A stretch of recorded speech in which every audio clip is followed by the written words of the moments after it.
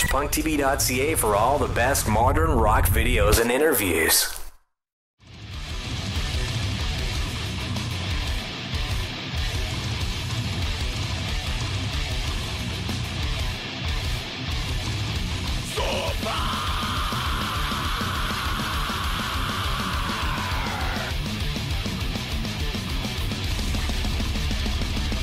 Okay, Extreme, and that's Xtreme, Film Critics, said this.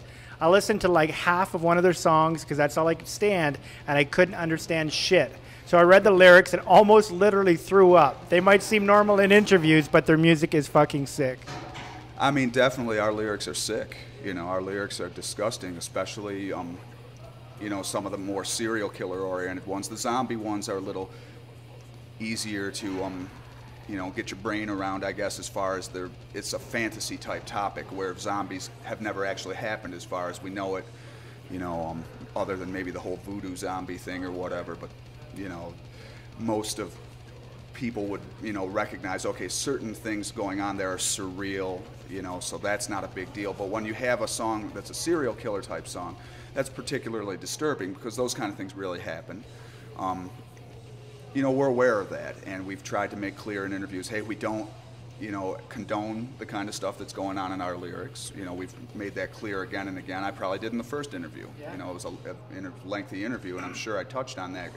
I always try to, because we don't look at it any differently than, say, Stephen King would when he's writing a book about a serial killer or something like that, or, you know, Wes Craven's making a horror movie about a killer or whoever. It's the same kind of thing. It's death metal and some of the other kinds of extreme metal like black metal. It's basically horror music as opposed to a horror novel or a horror movie. And I think, you know, people like that, anybody who really is disturbed by it, well, I guess, you know, they're right to be. You know, if you're disturbed by a song about someone getting raped and killed, well, yeah, that's the right reaction, I guess, but don't take it like the people in the band are promoting that. We think it's disturbing too. That's part of why we're doing it. You know, we want to make music that sounds disturbing and ugly and have lyrics that are matching that. And certainly, you know, serial killer type lyrics are really, you know, disgusting. I mean, they can be, especially if you get the graphic, you know, if you go into graphic detail, it's going to be gross. And if someone's grossed out by that, well, good for them. That's a normal reaction, but they shouldn't think that we are promoting it any more than Stephen King is promoting you know, chopping someone up with an axe like the character in The Shining did or whatever. Does George write all the lyrics? George doesn't write lyrics, no. It's actually me and Paul, our drummer, write the lion's share of them, and also Rob Barrett's written lyrics, and in the past, Jack Owen wrote lyrics when he was still in the band. When Chris Barnes, our original singer, was in the band, he wrote pretty much like 95% of the lyrics. There were a couple on the first album that me and Paul and Jack had done, but for the second, third, and fourth album, it was all Chris. So there's been a lot of different lyrical contributions over the years. You know, I guess we would have, you know, like about 5 different lyricists. George did contribute a little bit to Vile and Gallery of Suicide, but after that, he really was kind of like, you know, he felt like what me and Paul was doing was better than what he was coming up with, I guess. And he just let us take over totally on that. So we're happy to do it, you know, and George is always welcome to return to the writing process if he desires, but, you know, he's been content letting us do it. Okay, so Eternal718 said this. Alex Webster is very well spoken. I have a massive amount of respect for him as a musician because I like his bass playing and songwriting, and I have respect for him as a person for the way he carries himself while being interviewed.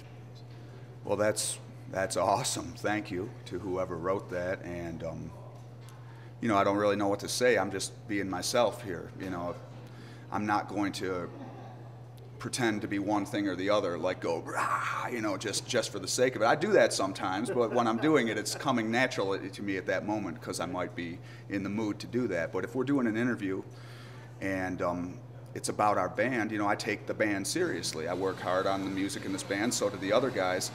And when I'm talking about it, I'm going to tend to talk about it and deal with it as seriously as, you know, I think that it should be dealt with. I mean, we put so much work into this. Why goof around about it?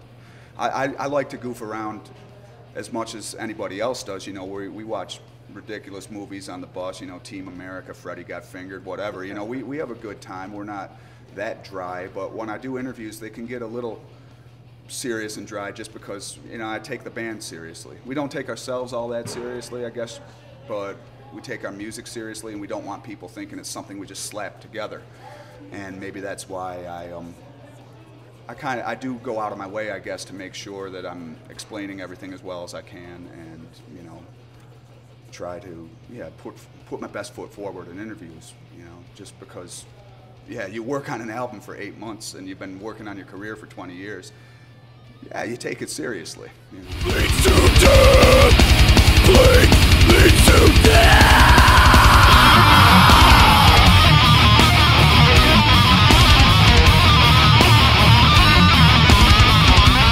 Okay, so we got Shredded Humans 22, who said this. Kinda made me feel angry just enough to grab your fucking face and punch your fucking nose through the other side of your skull.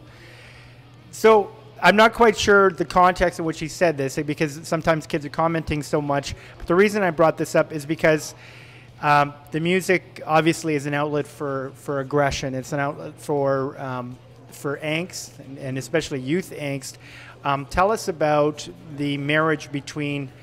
Tell us about the precarious line that you walk with that aggression. And when you mentioned earlier how kids do, you know, have very rarely have they ever gotten into fights. But obviously in the news, on the website, we see a lot of really negative comments of one kid over another kid, bullying and that sort of thing. Well, that's you know, the best way I can think of that is the old George Carlin routine, where he said.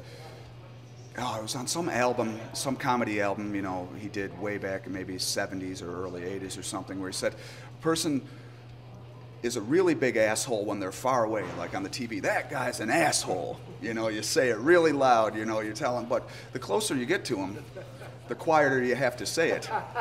So most of this arguing going on, none of these guys would be saying it to each other's face, or a very, very small percentage of them would actually have the guts to be saying these kind of things. But the distance, the anonymity of being online, it's just, you're just typing.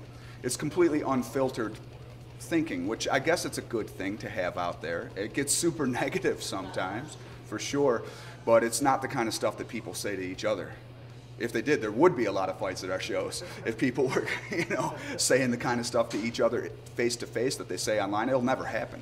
People, in particular, I think people that say that kind of stuff online are not the kind of people who have the personalities to do that kind of thing in person.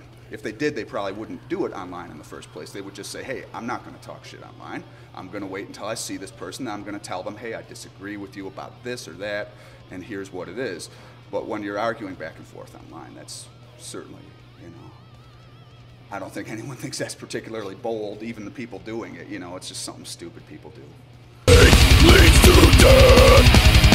And you don't take it personally yourself when comments are made about the band or about the lyrics or anything. It's not something you can really that you're ever really internalizing and saying, oh, I should really think about that. If you did, you'd drive yourself crazy, because as many people as there are out there that think you're cool and like your music, there's probably twice as many that think you're a complete idiot and hate your music. And that's just the way it goes. You know, you can't make everybody happy, so you're better off just focusing on the positive comments. And the negative comments, hey, it's freedom of speech. You know, I wouldn't want to tell anyone to stop saying that we're terrible and that, you know, oh, that guy's an idiot, I wish he'd shut up or whatever. Go ahead and say it, it's fine, you know. Of course, I'd rather have it all be positive, but that's just not the way it is. So people should be able to say whatever they want to say, and if that means saying that we suck, they can say it. I don't care. Yeah. Bring up this comment. Captain Awesome 11 says, how does their music make people feel good? Pissing and maggot-filled assholes. Charming. Charming.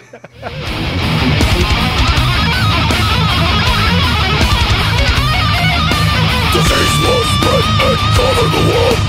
Mass insanity, the end of our time. Scavengers will eat the remains of man. Our extinction was by rock. Watch PunkTV.ca for all the best modern rock videos and interviews.